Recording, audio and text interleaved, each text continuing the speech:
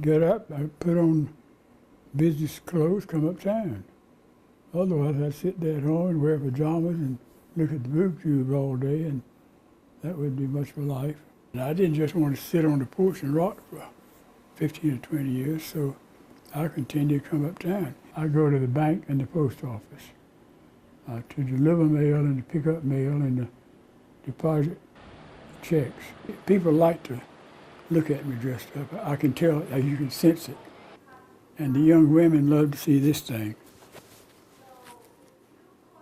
They giggle a little when they see it. My main focus in law when I was really active, I mean, it took me a while to get active. I got out of the Marine Corps in September of 1952 for the second time. I was in the Marine Corps during World War II, and I was called back in during the Korean War. But when I came home from the Korean War, I had a wonderful wife whom I met while I was in law school earlier, 3 children, and $1,026. And I struck out as I had worked with my father before going back into the Marines for the second time, but I decided I'd go out on my own when I got back, and so I opened an office, and I started my office, and I did everything that came in the door. Anything come in the door, I'd tend to it, law business.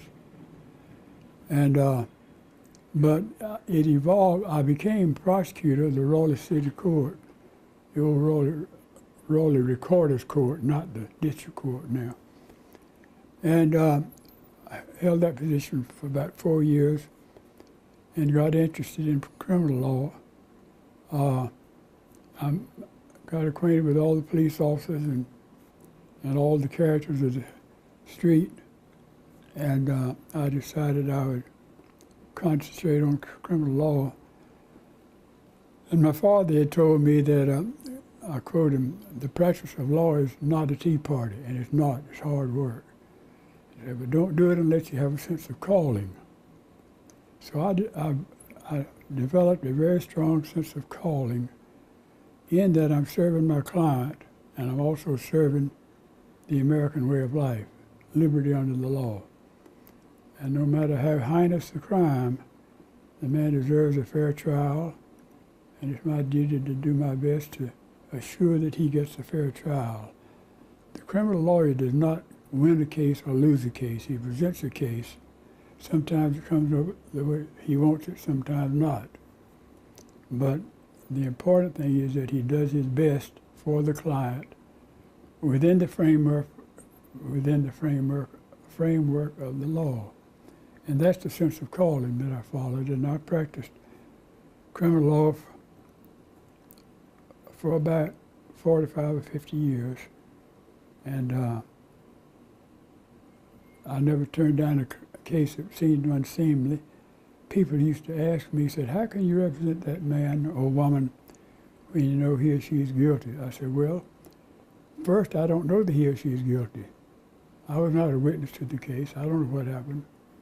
And secondly, you were asking that question as if it's a question of judging morals.